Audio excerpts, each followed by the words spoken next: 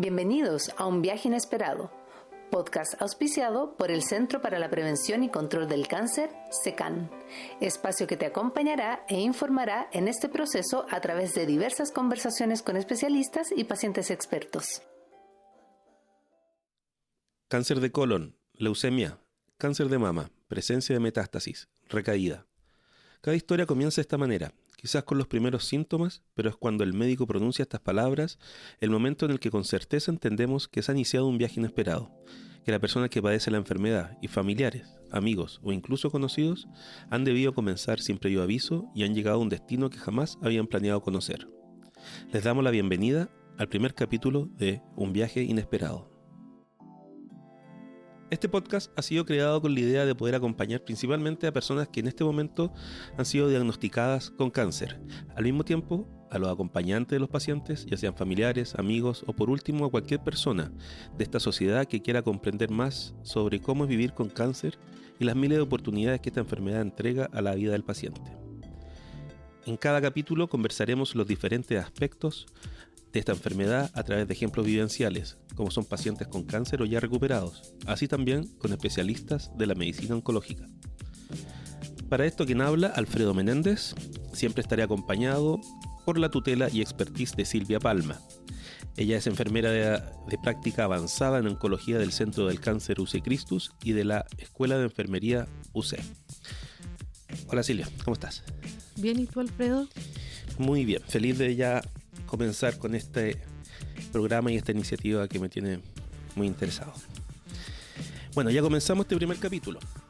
Y antes de entrar en la conversación central de hoy, Silvia, me gustaría preguntarte, ¿cuáles son tus expectativas o qué esperas de este programa? Mira, como la ilusión que tengo es crear una comunidad, un espacio donde las personas que son diagnosticadas de cáncer no se sientan solos, que no sientan que son los únicos a los que les está pasando. Que sea un espacio de acompañamiento tanto para ellos como para su familia, los amigos, y que ojalá podamos entregarle algunas estrategias que lo ayuden a hacer de este viaje un evento mucho menos tortuoso y que puedan ver las cosas bonitas que también pasan durante este periodo. Y que lo inesperado no sea tan que se escape de las manos también, ¿no? Claro. Sí, claro. Excelente. Bueno, en este primer capítulo queremos despejar las inquietudes típicas que aparecen cuando una persona es diagnosticada con cáncer. Para esto, como ya dije, Silvia estará aclarando estas dudas principales que acompañan esa primera impresión cuando te nombran la palabra cáncer. Silvia, ¿cómo una persona llega a informarse que tiene cáncer? Mira, en general hay dos formas. Ya. La primera es cuando la condición de salud de una persona se ha deteriorado y en general ha perdido ese estado como más saludable y está en un proceso de estudio porque algo le está pasando. Los primeros síntomas aparecen. Claro, ponte tú, puede ser en contexto de baja de peso, porque tuvo algún sangramiento, pero algo avisó que algo no está mal. Entonces, cuando pasa eso, en general hay un periodo de estudio. Entonces uno está como expectante a ver de qué se trata lo que me está pasando, pero yo sé que me está pasando algo. Y cuando te lo confirman, es como ponerle nombre a lo que explica lo que me pasa. Claro. ¿Ya? Ese es como un escenario.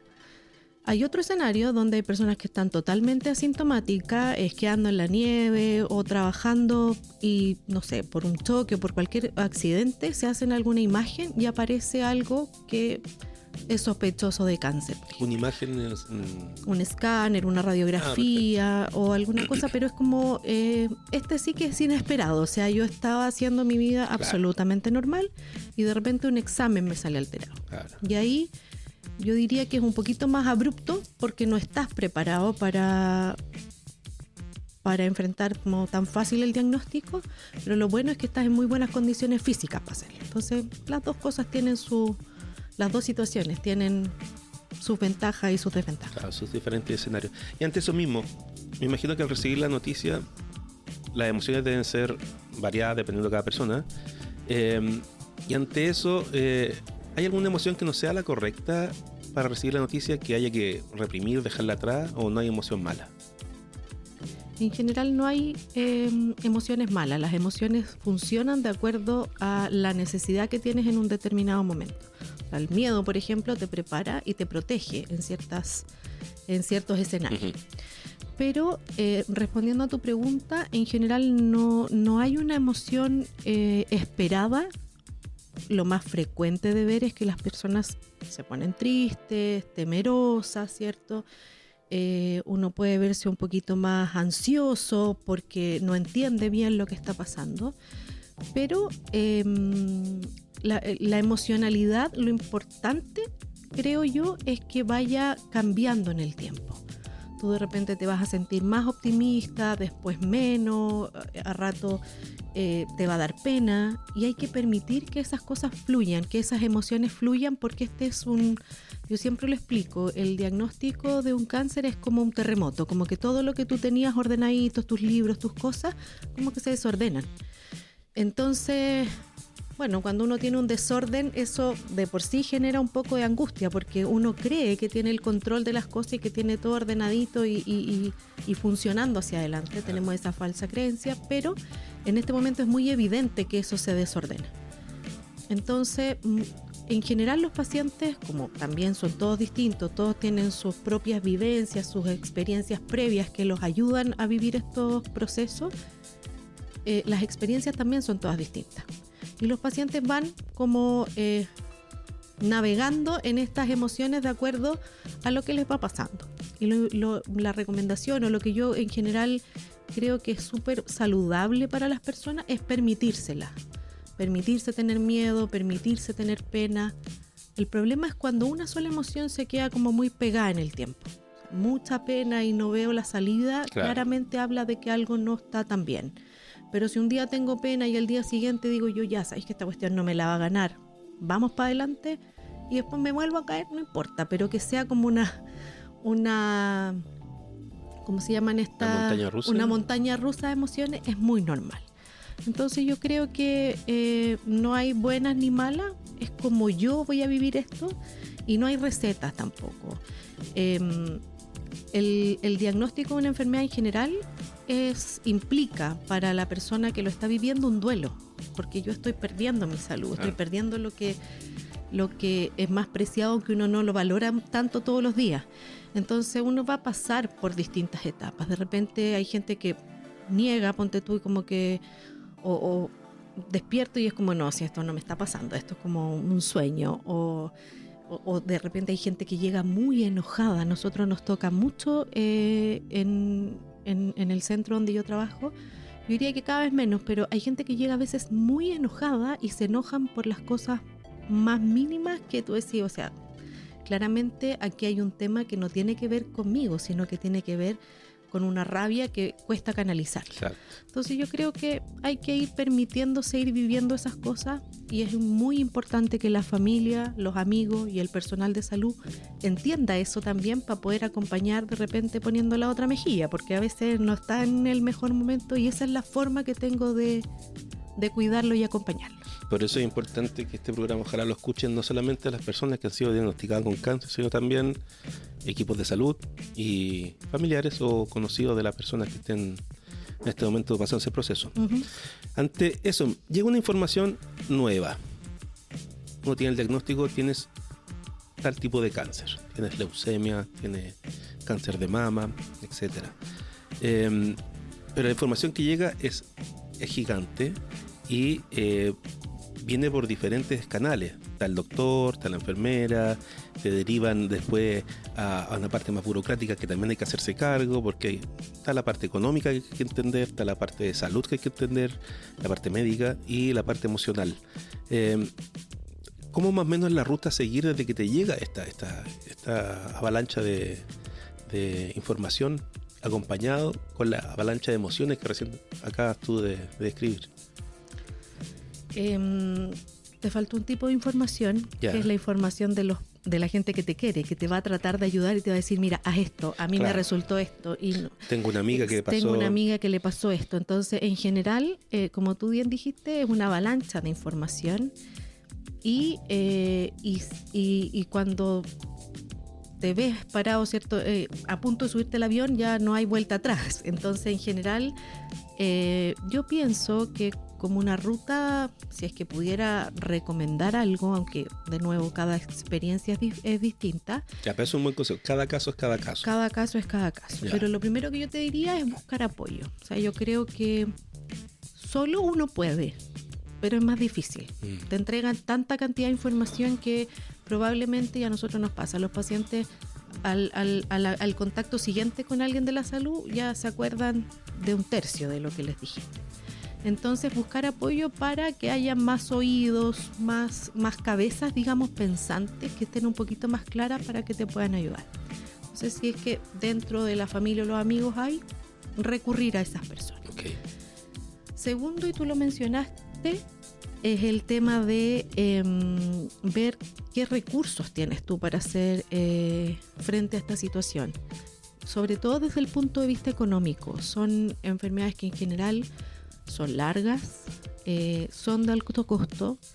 En nuestro país tenemos bien avanzado las coberturas en salud y yo creo que eso también da una tranquilidad a las personas, que no te vas a quedar en la calle por tratarte de un cáncer.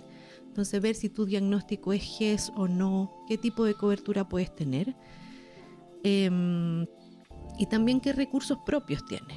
Yo recuerdo una vez que un paciente a mí me dijo, no del centro donde yo trabajo, pero me dijo, lo que yo tengo es GES, pero ¿quién me lleva? ¿Quién me trae? Mis papás tienen que dejar de trabajar porque ellos trabajan en Uber para poder acompañarme. Entonces hay varias cosas que pasan alrededor. En relación a todas las recomendaciones que vienen, yo en general diría que hay que guiarse por lo que tu equipo te dice. Un cáncer de colon puede tener tantos pacientes distintos como presentaciones distintas. No es lo mismo tratar a un paciente con una intención curativa versus una intención paliativa, ¿ya? Entonces, guiarte por lo que tu equipo te va diciendo, recoger las sugerencias que te sirvan, porque la gente lo dice con mucho cariño y en general, si te sirve, si te hace sentido, inténtalo. Y lo otro es aguantar estos periodos de espera, que yo creo que son muy... Cuando a los pacientes... Periodo de espera entre exámenes... Entre exámenes, en el inicio de los tratamientos, porque... La biopsia... Claro, esperar esos 10, 15 días que se demora la biopsia, en general son periodos muy difíciles, porque la gente, cuando uno tiene algo así, cree que, y en general pasa un poco, que corre contra el tiempo. Pero, como recomendación, diría yo, un cáncer... en general no crecen tan rápido, salvo algunos. Lo importante es hacerse cargo en el corto plazo, 2, 3 semanas, de repente hay que esperar, porque es el periodo que se demoran en planificar un tratamiento. Pero todas esas esperas, si bien tienen una razón de ser, la vivencia del paciente es muy compleja, porque es como que no estoy haciendo nada en contra. Entonces es muy angustioso. Por eso yo diría que aguantar la espera también tiene que ser como uno de los checks, porque en general cuesta un poco. Sí. Pero lo más probable es que tenga un fin de seguridad en tu tratamiento, de que se tome la mejor decisión. O sea, cuando tú de repente te dicen, no, es que hay que presentarlo en comité la próxima semana, y es como, ¿cómo vamos a esperar una semana para presentarlo en comité? Pero claro, es súper importante que opine el cirujano, que opine el oncólogo, que opine el radioterapeuta, qué tratamiento va primero para ti para tener los mejores resultados. Te adelantaste un poco la pregunta que quería hacer, que tiene que ver con los tipos de tratamientos que existen, ¿ya? Tanto para los dos tipos de escenarios, tanto para el escenario cuando hay un plan curativo o paliativo o no curativo. ¿A qué se puede enfrentar un paciente con cáncer cuando después del diagnóstico, qué tratamiento podrías llegar a tener? Uh-huh. Bueno, tú también lo dijiste ahora, es como depende de la intención del tratamiento. Uh-huh. Cuando hablamos de un tratamiento curativo, en general se habla de un cáncer que se puede operar, que a lo mejor va a recibir algún otro tratamiento adicional, pero que probablemente se va a salir de tu cuerpo y va a dejar de ser un problema.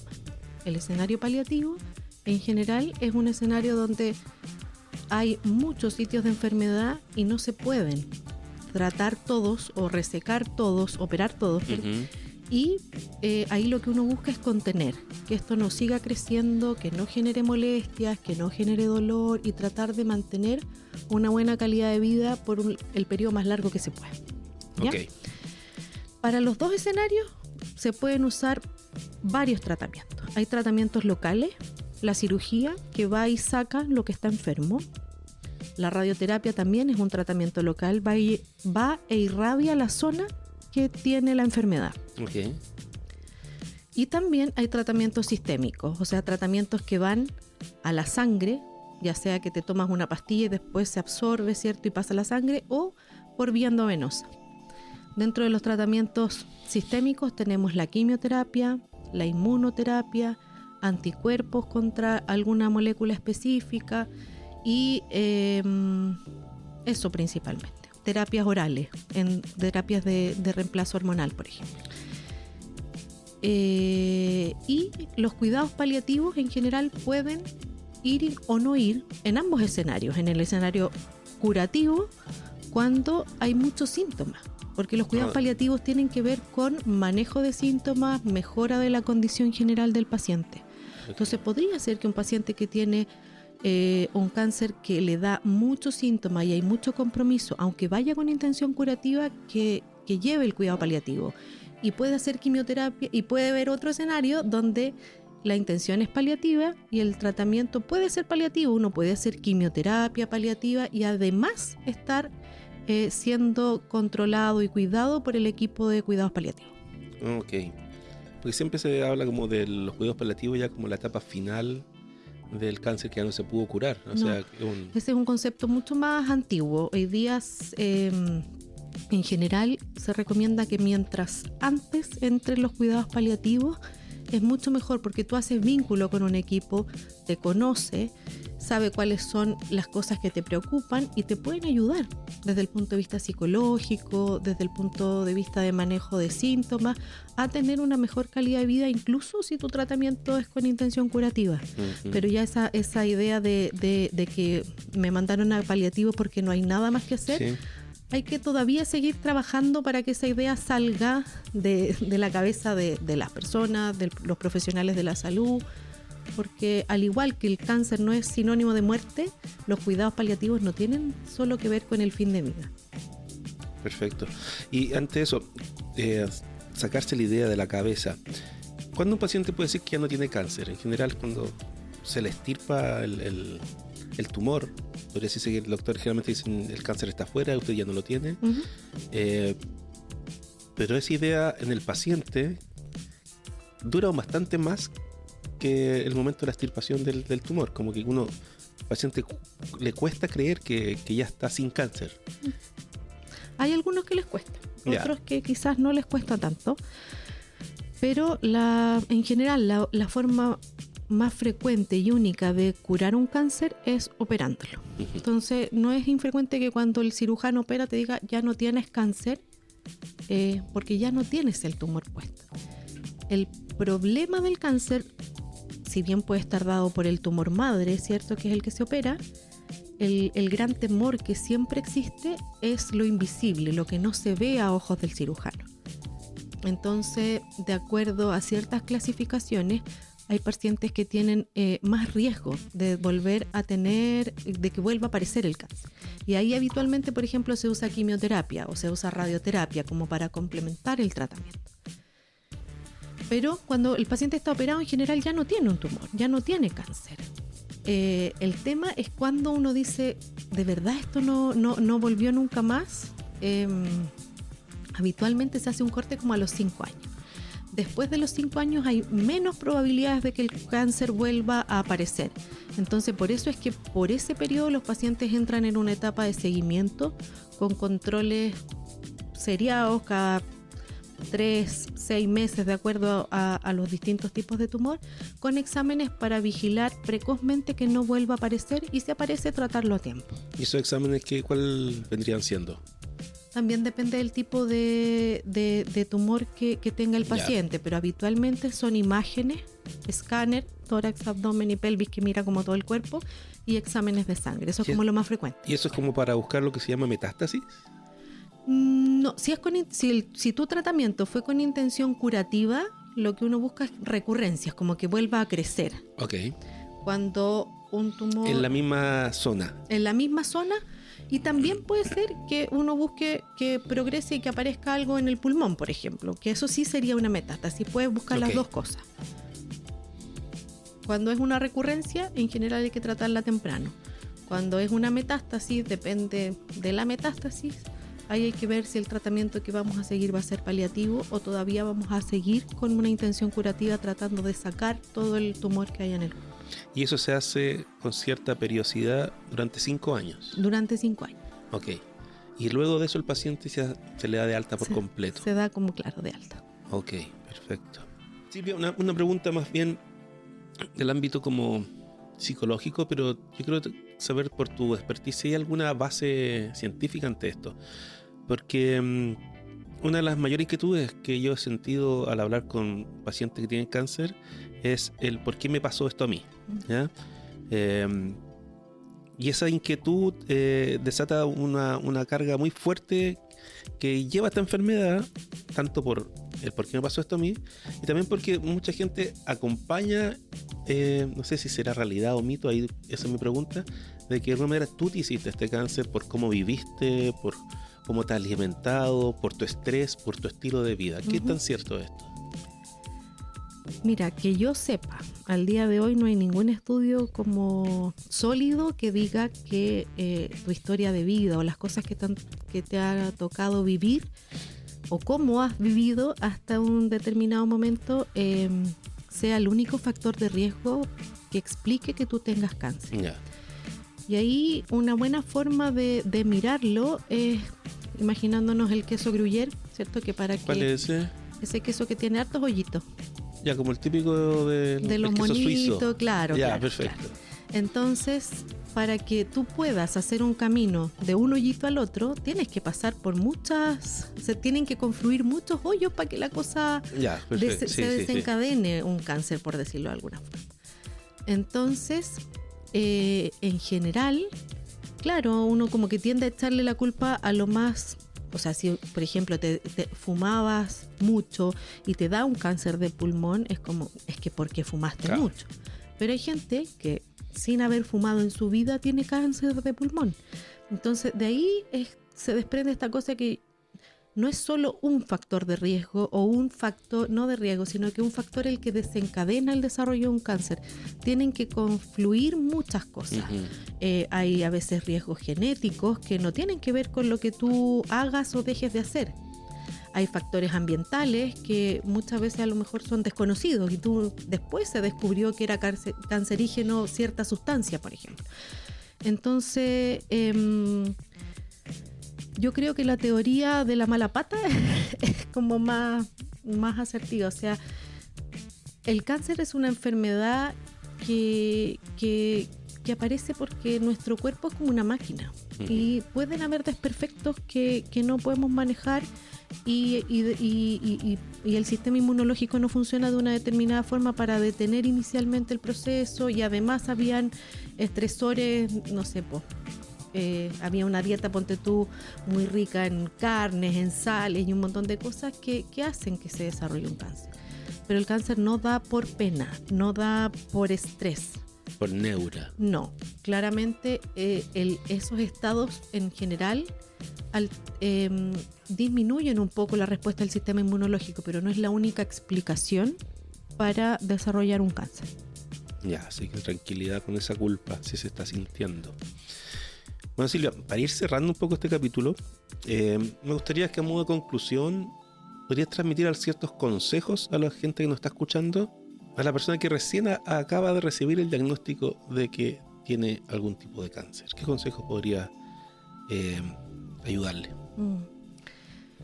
Mira, la idea mía con este programa es tratar de sensibilizar un poco de qué pasa cuando te diagnostican un cáncer, pero es difícil dar una receta de cocina porque todos los pacientes son distintos. Pero por lo mismo, la primera, si es que tuviéramos que dar alguna recomendación, la primera es que los casos son individuales. a un cáncer, como te decía adelante, de mama, pueden haber muchos tipos, con presentaciones muy iniciales, muy avanzadas. Entonces, el que mi tía, o a lo mejor no es el mejor ejemplo, pero el que la vecina haya tenido un cáncer, no significa que yo lo vaya a vivir de la misma forma, ¿ya? Así es que la invitación, creo yo, es a como a escribir tu propia bitácora de tu viaje, o sea, escribir tu propia vivencia. Es como, y aceptar lo que te va pasando de las distintas formas. Yo siempre digo, es bueno ponerse lentes más bien positivos de repente, porque en esto que parece ser tan difícil, pasan cosas muy bonitas. La gente que está a tu alrededor se moviliza, te quiere acompañar, te quiere hacerte la vida un poco más fácil, alegrarte. Alguna persona con la que estabas enojado vuelve. Entonces, hay cosas muy bonitas que pasan alrededor y esas hay que aprovecharlas. Yo, cuando tengo la oportunidad, yo le digo a mis pacientes, miren, la única certeza que tenemos todos es que nos vamos a morir. A lo mejor usted tiene un diagnóstico que parece que nos da una fecha más cercana de muerte, pero puede que yo salga a la calle y me atropellen. Usted tiene una oportunidad para este tiempo vivirlo de una manera, aprovechando el día a día, disfrutando esos encuentros con la familia, con los amigos, y que yo creo que hay que aprovechar esas cosas lindas. Y así como para cerrar, yo creo que aquí hay un viaje del paciente que tiene que escribirlo, y el acompañante también. También, o sea, los que acompañamos a las personas que tienen cáncer, también somos parte de la tripulación de esta embarcación, digamos, de este avión que me imagino que puede ser un avión, pero podría ser en cualquier otro medio de transporte, pero somos parte de esto, y yo creo que todos tenemos que ir aprendiendo a cómo acompañar a esa persona que de un momento a otro tiene tanta incertidumbre.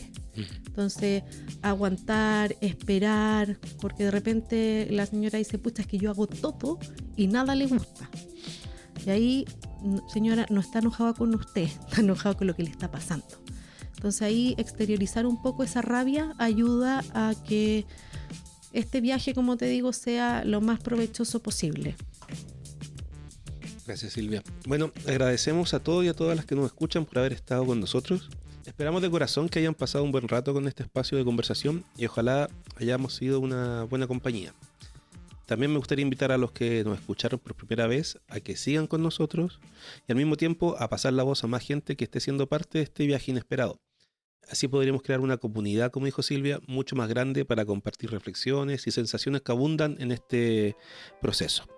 Queden atentos al siguiente episodio, que ya saldrá al aire en unos pocos días, y cada episodio tendrá su temática diferente. Hoy día hablamos de las primeras inquietudes cuando uno tiene el diagnóstico. Más adelante habrán otros temas que de a poco iremos soltando y ustedes se van a sentir partícipe de esta comunidad. Silvia, muchas gracias y nos vemos en el próximo capítulo. Gracias, Alfredo, y gracias a todos los que nos escucharon. Nos vemos. Chao, chao. Chao, chao.